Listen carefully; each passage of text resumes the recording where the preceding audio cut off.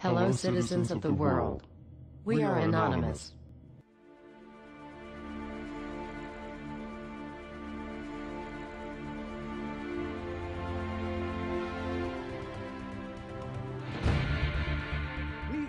Up here in the United States, we see stories about, well, Brazil just went through another election, and you had a very close election there on the presidential contest, and Dilma Rousseff. It was not an election, because if the counting of the votes is secret, you cannot trust it.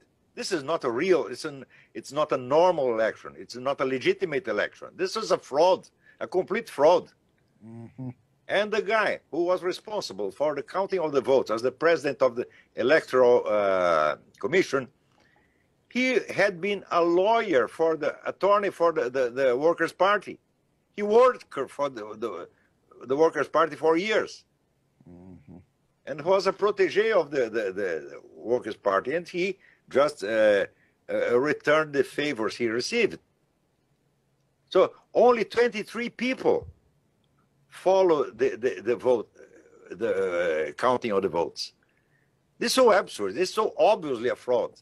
How much resistance is there in Brazil?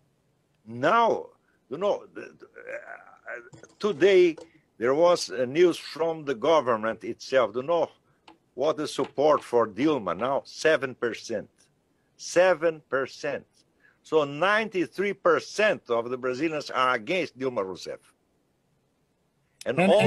And yet she just won that election, according to the official count. Didn't she get about 52% of the vote? She won no election at all. Or okay. How can you say that? How can we accept a secret counting of votes? Totally fraudulent. Totally fraudulent. Yeah. We can never accept this. An election has to have transparency. Everybody has to have access to the counting of the votes and verify it, and then we accept, well, you won. We count the votes and you won. That's okay. But we cannot count the votes. We cannot even see the votes.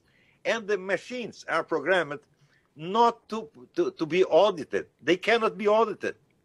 Mm-hmm. So it's useless to count the votes now, because only the votes that are registered in the machines, only final results are there. These are the Smartmatic machines? Smartmatic machines, yeah. That it was it's corruption that is destroying the Worker Party's system in Brazil. Because people are really angry with this. But as long as the Workers' Party runs the electoral process and can count the votes, they'll never give up power. I believe they'll never give up. They have to be toppled by a direct popular intervention.